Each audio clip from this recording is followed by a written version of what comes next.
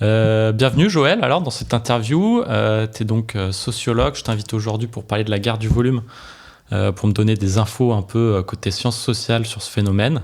Donc on va s'éloigner un petit peu de la technique, prendre du recul et parler avec un regard expert et scientifique sur le sujet. Aujourd'hui tu étudies plus le phénomène, hein, tu as fait un article mais aujourd'hui tu es plutôt sur les inégalités sociales, tu travailles à l'Observatoire des inégalités sociales en Belgique, c'est ça ? C'est ça, oui. Voilà, et tu as fait donc un article qui m'avait fort intéressé à l'époque.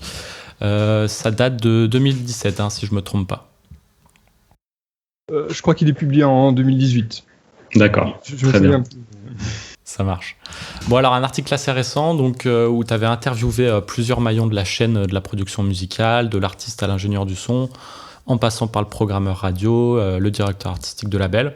Et donc tu voulais montrer comment tu avais un regard socio-économique sur le sujet, tu faisais appel notamment aux notions de convention économique, avec la convention de la compétitivité, la convention esthétique, tu vas nous expliquer tout ça. Et t'expliquais un peu pourquoi la courbe aujourd'hui de la Sony s'était aplatie en quelque sorte, s'était stabilisée, et on avait arrêté cette surenchère, cette inflation sonore. Est-ce que j'ai bien résumé ton article en quelques mots ? Oui, c'est plus ou moins ça, oui. Très bien. Alors toi, est-ce que tu peux nous résumer du coup ton article sur le sujet ? Alors, moi, la manière dont j'ai abordé ça, en fait, si j'ai découvert le phénomène, parce que je pense pas que les sociologues s'intéressent particulièrement à ça, c'est parce que je fais de la musique, et notamment avec des gens, et j'avais découvert que les personnes avec qui je faisais de la musique, du coup je faisais aussi le mixage et le mastering, et ils me demandaient toujours d'être aussi fort qu'eux. Et je voyais bien de mon côté, forcément quand tu fais de la musique, à un moment tu compares à ce qui existe pour un peu voir, et qu'il y avait un vrai décalage, quoi. Et que ce volume qu'on me demandait d'atteindre, il était quand même très difficile à atteindre. Et je me disais, mais c'est quand même incroyable, c'est juste du volume. Et en fait, c'était un processus technique vraiment très compliqué. Donc, je ne sais pas si tu fais de la musique ou quoi, ou si tu vois ce genre de choses.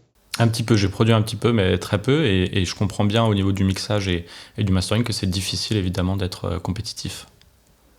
Et du coup, je m'étais renseigné sur Internet, et je voyais que les seules choses qui étaient avancées, c'était des points techniques.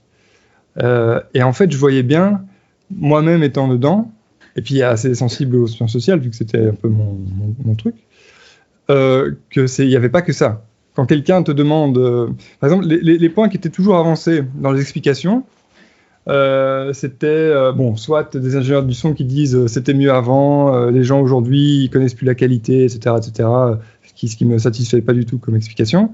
Soit c'était purement technique, par exemple, c'est parce qu'il y a la diffusion du MP3 ou qu'on écoute beaucoup la musique en roulant, en bagnole ou avec ses écouteurs dans la rue, que c'est un environnement bruyant, donc il faut que ça soit fort. En fait, c'est pas du tout ça. Un ingénieur du son, il va jamais se dire je vais faire un mastering en anticipant que la personne va écouter dans sa bagnole, ça n'existe pas.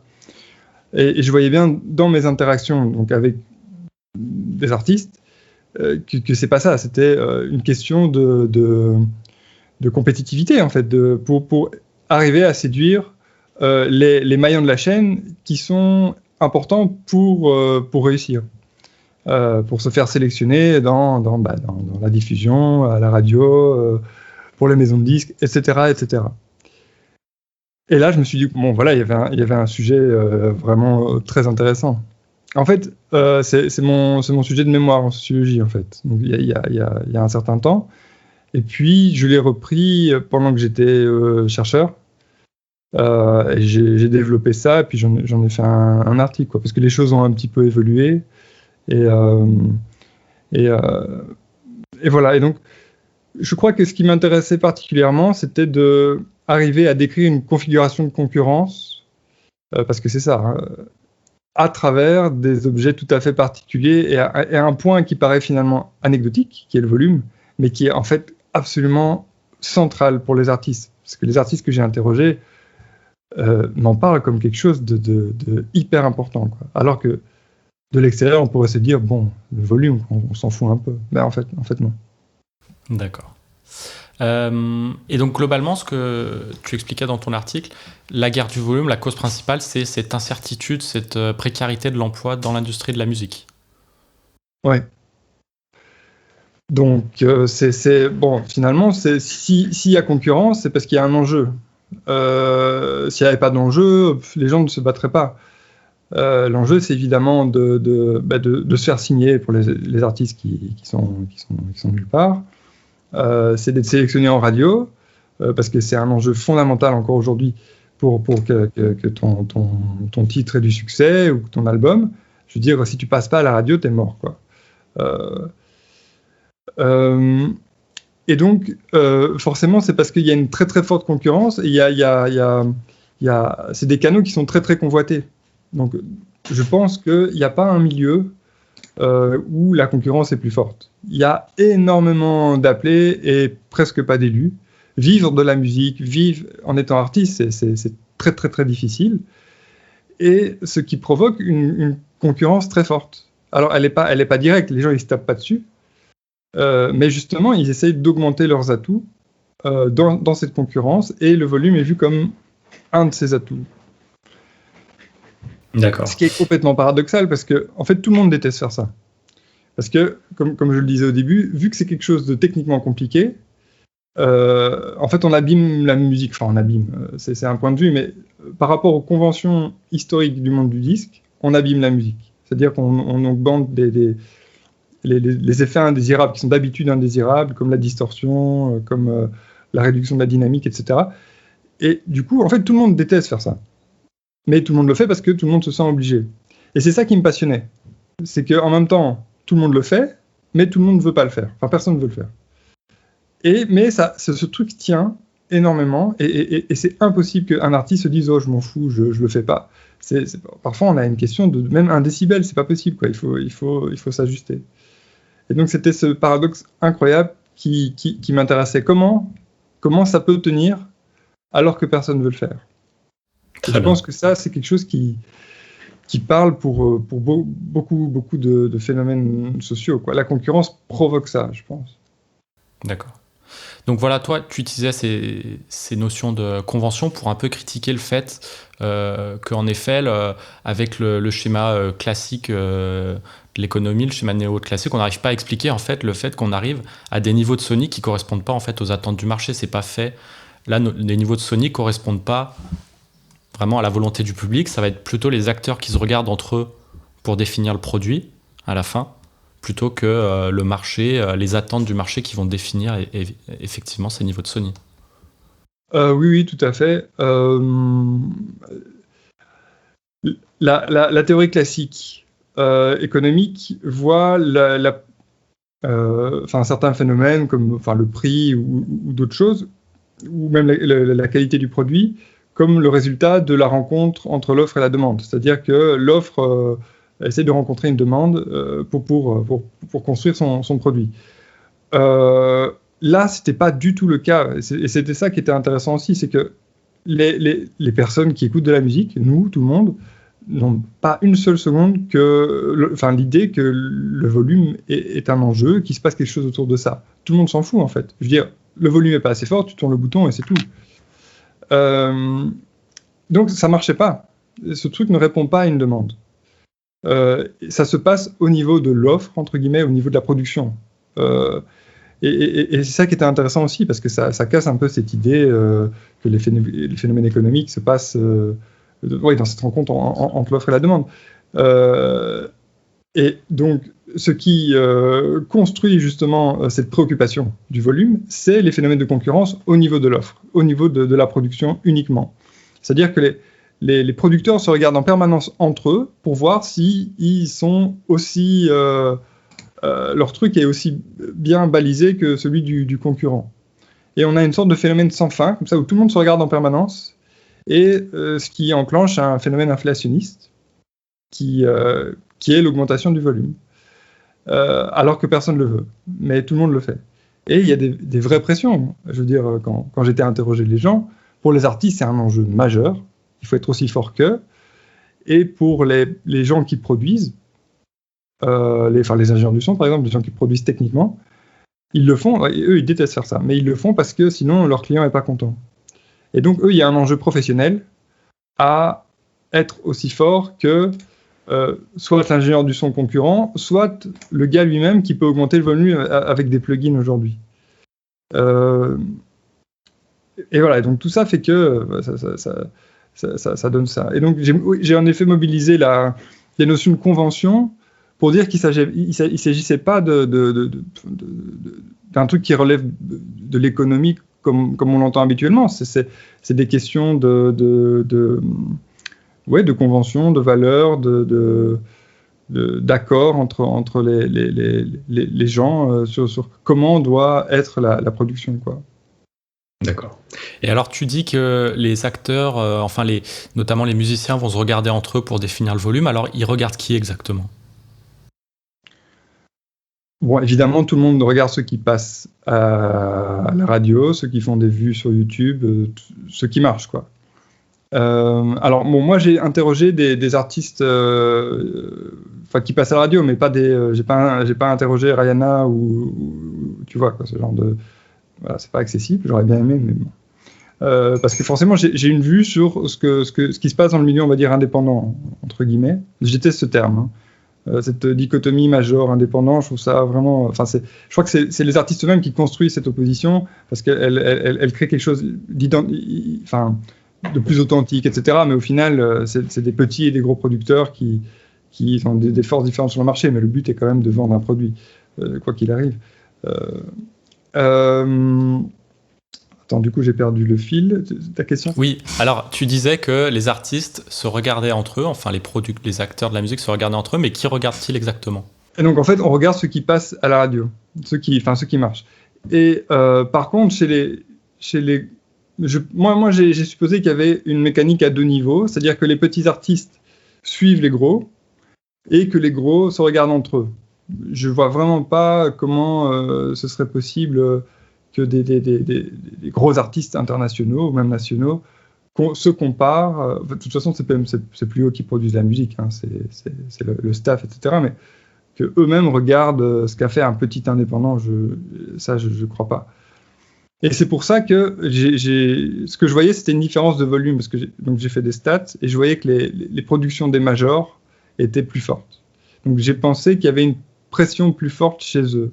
Bon, elle n'est pas tellement plus forte que celle des indépendants, mais elle est un peu plus forte quand même. Alors, est-ce que tu peux revenir sur ce phénomène de convention esthétique ? Comment elle se forme et qu'est-ce que c'est en fait une convention déjà ? Alors moi, je me suis basé sur plusieurs auteurs, notamment Howard Becker, qui est un sociologue américain de l'art. L'idée de convention, elle permet deux choses. D'une part, de dire que la production artistique, c'est pas juste l'artiste, c'est-à-dire qu'il y a un collectif. Et souvent, on regarde pas ce collectif. Il faut aller très loin. Il faut même quelqu'un qui fabrique les instruments. Donc, il faut des manufacturiers, il faut des magasins qui les vendent, des acteurs qui acheminent les instruments. Il faut des ingénieurs du son qui font la technique. Il faut évidemment l'auteur-compositeur, mais aussi tous les gens les musiciens. Il faut les acteurs de la logistique qui vont diffuser la musique, que ce soit les plateformes sur Internet, mais aussi les disques physiques, qui sont en train un peu de mourir, mais qui existent encore. Donc, il y a un collectif. Forcément, pour que ce collectif fonctionne, il faut qu'ils se mettent d'accord. Et donc, c'est la convention alors, c'est une abstraction. Il n'y a pas des gens qui signent un machin et qui disent, voilà, on va faire comme ça, mais c'est-à-dire qu'ils se mettent d'accord autour de ce que va être tout ça, quoi, de la nature de la production. Et forcément, cette convention, elle est variable. Il n'y a pas de convention une fois pour toutes. Et donc, le terme de convention montre bien que c'est quelque chose de social. C'est-à-dire que c'est des gens qui s'organisent, qui se mettent d'accord autour d'idées, de valeurs, et que cette convention, elle peut varier. Et justement, dans le cas de la guerre du volume, il y a des conventions, enfin moi j'ai analysé ça comme ça, mais j'ai analysé qu'il y avait des conventions qui rentraient en conflit. D'une part, une convention esthétique qui est née historiquement dans le monde du disque. C'est une esthétique de la fidélité. Il faut que ça ressemble au vrai, quoi. Donc, ce que tu as sur un disque ou sur un fichier MP3 ou quoi, il faut que ton enregistrement ressemble à ce qui a été produit, à ce qui serait produit en concert, par exemple. Donc, il y a vraiment une sorte d'esthétique de la fidélité, de la pureté. Et à côté de ça, il y a une esthétique de la compétitivité, de la concurrence, qui est de fabriquer un produit non pas fidèle au son, qui serait produit en concert ou en vrai, si tu avais l'instrument devant toi, mais un produit balisé pour séduire le marché, quoi. Donc on a deux choses différentes qui s'opposent. D'accord. Est-ce que j'ai répondu à ta question? Est-ce que tu me posais une question plus spécifique sur la question esthétique? Non, tout à fait, tu as très bien répondu. Donc du coup, comment ça se matérialise soniquement quand on écrase le volume? Quels sont justement, quand on va à l'encontre de la convention esthétique de la dynamique, déjà comment en parlent les acteurs que tu as interrogés? On peut dire ils sont pas tous d'accord. Donc c'est ça qui est intéressant aussi, c'est de voir que, en fait, ils adhèrent pas à la même convention. Les artistes sont, dans leur fort intérieur, tout à fait attachés à la convention esthétique, mais ils savent que s'ils ne correspondent pas à la convention de compétitivité, ils sont morts. Donc, ils poussent très fortement pour que le volume soit très fort. Ils demandent à leur ingé son, ils le font eux-mêmes. J'ai eu un cas d'un gars qui est connu en plus, qui lui-même a dit ce que m'a produit l'ingénieur du son, j'aime pas, c'est pas assez fort, je le fais moi-même, à la maison. Parce que voilà, avec le fait que les home studios sont de plus en plus répandus, les artistes ont des compétences techniques vraiment très, très, très élevées et produisent en partie le son à la maison et ont la compétence d'augmenter le son, quoi, à travers la compression dynamique. Ils savent ce que c'est. Du coup, j'ai encore perdu ta question. Mais ma question n'était pas si bien que ça, parce qu'après, tu as enchaîné sur quelque chose de très intéressant. Tu disais qu'il y avait un artiste qui avait donc lui-même, en fait, il n'était pas satisfait du niveau sonique fait par l'ingénieur du son, et il a décidé de faire lui-même sa compression dynamique pour booster le volume. Et moi, je demandais, voilà, comment ça se matériellement, ça se faisait en fait, enfin, comment ça s'entendait au niveau de l'esthétique et surtout comment les acteurs en parlaient. Hein. Qu'est-ce qu'ils disaient justement de cette compression dynamique? Comment ils allaient à l'encontre de la convention esthétique? Comment ils en parlent? Mais je ne sais pas si elle est très intéressante cette question au final quand j'y pense. Si, mais donc là, on rentre plus au niveau du son lui-même, quoi. Ouais, voilà. Ah bah, ils aiment pas. Tout le monde trouve que c'est moche ce qu'ils font. C'est ça qui est génial. Et qui est complètement fou. Donc il y a un gars, il m'a dit, moi j'y vais jusqu'à ce que il n'y ait plus de groove, quoi, jusqu'à que je détruise mes batteries. Donc dès que j'arrive à ce moment-là, parce que c'est toujours sur la basse batterie que ça fait chier, la compression. Sur le reste, il n'y a pas trop de problème, mais c'est forcément les éléments qui sortent du mix. Et donc sur la batterie, ça écrase les dynamiques, et sur la basse, ça génère des distorsions qui sont assez audibles. Ils vont jusque-là, puis ils reviennent un petit peu pour que ce soit pas non plus trop dégueu. Mais ils savent très bien qu'en fait, ils abîment la qualité. Ils le savent. Et donc, ils le formulent comme ça, quoi. D'accord. Et c'est obligé. Très bien. Alors, on vient de parler de la convention esthétique, on peut un peu parler de la convention économique. Tu prends l'exemple des orchestres symphoniques publics et des orchestres symphoniques pour les musiques de films. Et tu fais un constat assez paradoxal, enfin pas paradoxal, mais qui éclaire justement sur la convention économique. Est-ce que tu peux nous en parler? Alors, il y a, sur les forums audio, il y a toujours cette idée que ça ne se passe pas dans la musique classique et que du coup, ça montre bien que c'est une musique qui est attachée à d'autres valeurs, etc. etc. En effet, si tu compares la musique classique, mais vraiment classique, c'est-à-dire savante, pas la musique de film qui est diffusée. C'est de la musique symphonique aussi, mais c'est pas dans les mêmes réseaux, quoi. C'est à destination du grand public. la musique vraiment classique qui s'écoule à peu d'exemplaires dans les disques. Tu vois les pochettes où tu vois un gars qui fait du violon qui pose comme ça. Bon, c'est un marché très particulier.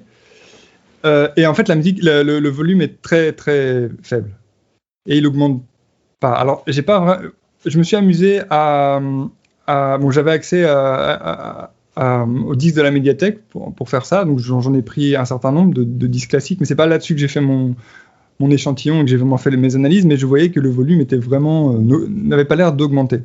J'ai aussi fait sur du coup la musique symphonique de film, qui est souvent aussi de la musique classique, et en fait elle augmente. Par exemple, la musique de Madagascar est méga forte et compressée, c'est impressionnant, vraiment. Alors que c'est la même musique. Tu prends de la musique, j'en sais rien, moi, une énième interprétation de la symphonie, je sais pas combien, de Wagner. C'est aussi de la musique symphonique, c'est un orchestre philharmonique. Mais donc, la musique n'est pas produite de la même manière. Et en fait, elle est même sans doute enregistrée dans les mêmes studios. Mais à la fin, elle ne ressemble pas à la même chose. Alors moi, je me suis dit que c'était pas possible que ce soit simplement une question de valeur. C'est peut-être même les mêmes ingé-sons qui le font.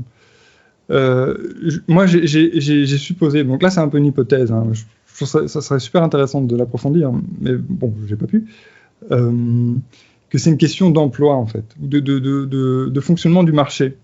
Sur le marché classique de la musique, tu fais d'abord l'investissement et après tu vends. Et tu espères que ton investissement sera rentabilisé. C'est-à-dire que tu produis d'abord le disque. Dans la musique classique, en fait, il fonctionne avec des subventions. La musique classique existe parce qu'il y a des subventions publiques. Et en fait, le disque ne peut absolument pas rentabiliser, payer le coût d'un orchestre, les salaires des gens, voilà. Parce qu'en fait, ils se vendent mais vraiment à très très peu d'exemplaires. Je ne sais pas si je l'ai mis dans l'article, mais je m'étais intéressé à ce moment, il y a un moment. Et par exemple, il y a je pense qu'un disque classique qui fait 5000 ventes, c'est une bonne vente, quoi. Alors que dans la pop, c'est absolument ridicule. Avec ça, tu rembourses rien du tout. Et j'ai supposé donc que la différence se jouait vraiment à ce niveau-là. C'est-à-dire que tu n'as plus d'enjeu de le vendre, ton truc. Et de toute façon, il ne passe pas à la radio. Parce que tu as déjà rentabilisé. Tu fonctionnes avec des subventions et les concerts. Et donc là, on a des fonctionnements très différents. Alors, ça ne veut pas dire qu'il n'y a pas ce genre de phénomène dans la musique classique, mais je pense que ça ne se joue pas là. À mon avis, par exemple, pour avoir des subventions, on marche comme dans la science, mais c'est que pour avoir des subventions, bah, tu proposes pas trop des trucs expérimentaux, tu refais Mozart une 25e fois, ou je sais pas. Bon, je supposais que ça se jouait peut-être à ce niveau-là, mais ça se joue pas au niveau du disque. D'accord. Donc en d'autres termes, il y a moins, la convention économique de la compétitivité a moins de place dans la musique savante classique. Dans la production du disque en tant que tel. Ouais. Mais très certainement qu'il y a un sociologue, j'ai oublié son nom, que je cite beaucoup, François, j'ai oublié son prénom, qui justement étudie la compétition d'orchestres, je sais plus de quel type de musique, mais de musique classique, quoi. Enfin, de musique savante, peut-être pas classique, mais baroque, peut-être, je sais plus. Des ensembles baroques, je pense que c'est ça, il a fait une étude sur les ensembles baroques. Et qui montre qu'il y a de la compétition aussi très très forte, mais elle se joue pas au même endroit, elle se joue pour les concerts.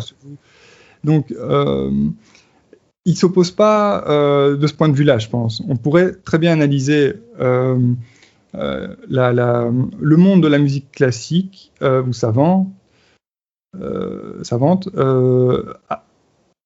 sous le prisme de la compétition, mais elle ne se joue pas au même endroit. Moi, je pense qu'elle ne se joue pas dans la production du disque. Alors du coup, ton article se base sur des terrains qui datent du début des années 2010, c'est ça ? Ouais, c'est ça. Alors qu'est-ce que tu penses a pu changer depuis le début des années 2010 dans la guerre du volume ? Est-ce que par exemple le poids de la radio, du passage radio est peut-être moins important dans le succès économique d'un disque?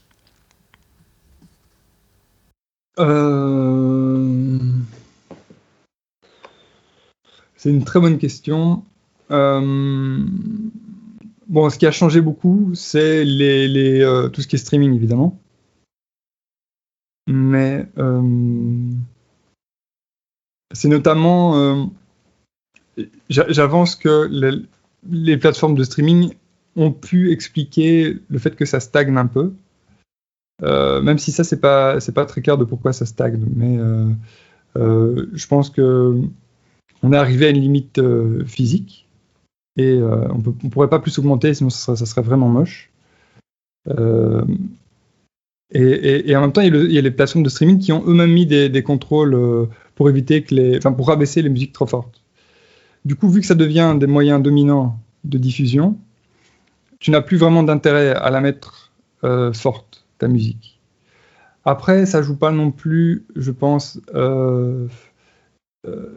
complètement, parce que en fait, ta musique, quand tu es un artiste qui veut réussir, tu fais pas que la mettre sur YouTube. Tu l'envoies à des maisons de disques, tu l'envoies quand même à des radios, et tu t'amuses pas à faire 5 masterings différents selon le média où tu l'envoies. Donc, tu balises ton produit pour quand même rentrer dans la compétition. Donc, là, c'est quelque chose que je connais pas bien, comment ces arbitrages se font, mais il se trouve, c'est vrai que vu que les plateformes de streaming ont mis des algorithmes qui descendent la musique, enfin qui descendent le niveau s'il est trop fort, c'est possible que ça joue. Ouais. Ouais. D'accord.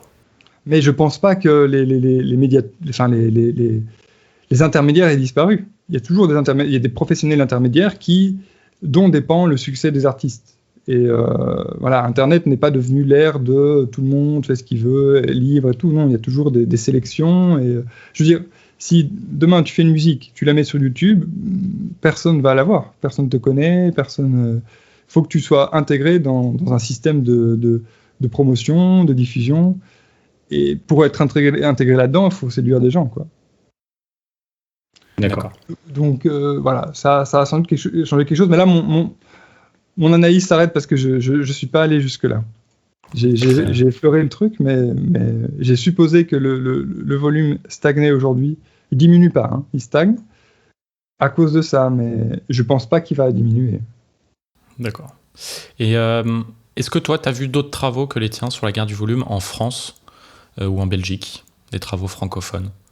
Ou est-ce que vraiment à l'époque, tu étais déjà à l'époque, moi j'ai fait des recherches sur le sujet et à part ton article, j'ai pas trouvé grand-chose si ce n'est rien.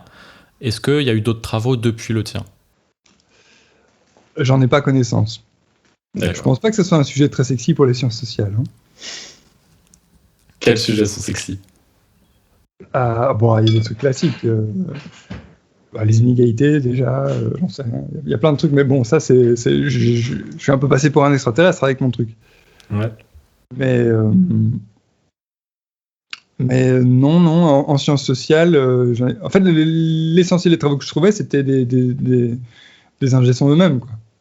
Ouais. Qui faisaient mais alors, du coup, ça prenait toujours une dimension un peu technique que je disais au début, quoi. C'était soit à cause du MP3, soit à cause de les gens qui ne sont plus éduqués à la qualité, etc., etc. Donc il y avait des mesures intéressantes. Ça je m'en suis servi, mais pour le côté explication, ça me satisfaisait pas. Et du coup, j'ai aussi été frustré parce que j'ai vraiment rien trouvé. Hein. Ouais.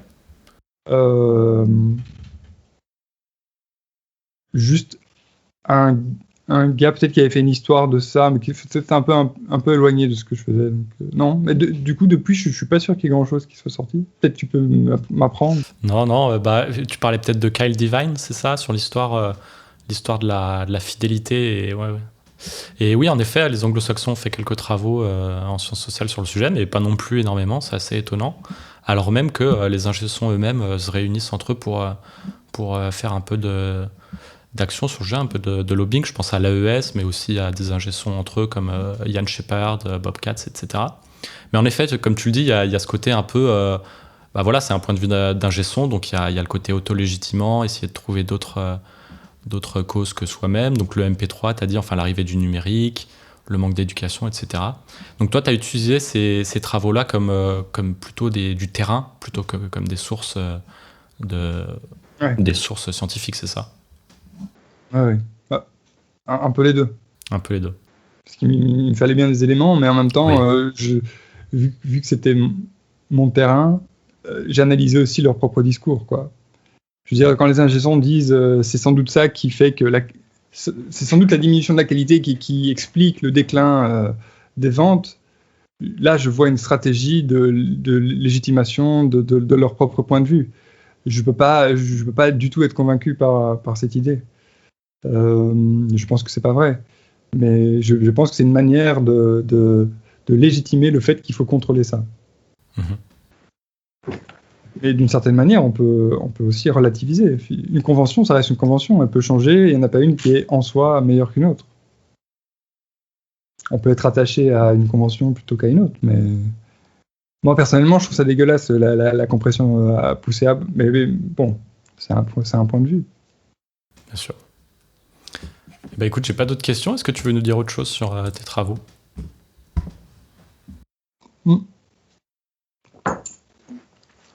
Peut-être moi ce qui m'a... je me suis rendu compte grâce à ça à quel point la concurrence pouvait vraiment être un... On vante beaucoup les mérites de la concurrence. Ben là on les voit pas. Hein. On a En fait, ce qui est assez incroyable, c'est que ça crée une forme de coordination sans coordinateur, en fait. C'est la concurrence elle-même qui crée la coordination. C'est-à-dire que tout le monde a tellement peur que le voisin le fasse que tu te dis que toi non plus, tu vas le faire, quoi. Et tout le monde se tient. Et ça crée un mouvement collectif qui est hyper solide. C'est impossible de l'arrêter. Il faudrait vraiment une sorte de choc exogène pour arrêter ce truc. Moi, je ne crois pas du tout que ça va s'arrêter, cette guerre du volume. Elle va se maintenir à un niveau élevé. Et il faudrait que quelque chose se passe pour que ça n'arrive plus. Mais ça ne passera pas du tout par la sensibilisation ou quoi, parce que les contraintes sociales sont plus fortes que quand bien même tu trouves ça nul, tu vas le faire, en fait. Moi-même, quand je fais de la musique, je les mets fort en me disant, je trouve ça nul, mais il faut quand même pas que ce soit ridicule. Et donc, on a une puissance de cette configuration, et cette configuration de concurrence, elle est omniprésente partout. Donc là, j'ai pu vraiment investiguer les dégâts que ça fait, et je pense, voilà, ça peut en faire ailleurs aussi. Et je ne vois pas du tout de vertu à cette lutte, quoi. Je pense que, en fait, ça fait plus de dégâts qu'autre chose. Ça fait des dégâts sur... si on transpose le constat sur d'autres sphères, ça fait des dégâts sur l'emploi, ça fait des dégâts sur... on parle toujours de la concurrence pour les prix, mais bon, les prix, si tu les tires vers le bas, il y a un moment, c'est quelqu'un qui paye, ça. Je veux dire, c'est les travailleurs qui sont payés moins. Soit c'est la qualité du produit qui est pourrie, soit c'est les gens qu'on paye moins. Il y a pas ça tombe pas du ciel, le fait que c'est moins cher. Et c'est ce qui est en train de se passer. En Europe, on dit oui, attention, on est moins compétitif que le pays voisin. Et donc, ça crée en fait potentiellement une course vers le moins, quoi, vers le moins de qualité ou vers le moins des moins bonnes conditions. Et c'est sans fin. Parce que une fois que ton voisin est devenu plus quelque chose, moins quelque chose, eh bien, toi aussi, tu dois le devenir moins. Et alors, du coup, ton voisin, ça recommence. Ça s'arrête jamais, ce truc. Donc, c'est quelque chose de fou, en fait, la concurrence, je pense. Et là, ça me l'a bien fait voir. Et voilà. Super. Donc, je pense qu'à partir de ça, on peut tirer des enseignements politiques intéressants. Très bien. Eh ben, c'était une magnifique conclusion. Tu es passé de la guerre du volume à tes travaux actuels sur les inégalités et les politiques de flexibilisation de l'emploi ou de marché libre en général. Donc formidable. Merci beaucoup. Quelle est la suite pour toi là? Tu travailles sur quoi en ce moment? Donc sur les inégalités, c'est ça, l'Observatoire belge? Oui, bon, en fait, l'Observatoire des inégalités, c'est quelque chose qu'on a lancé avec des collègues et amis.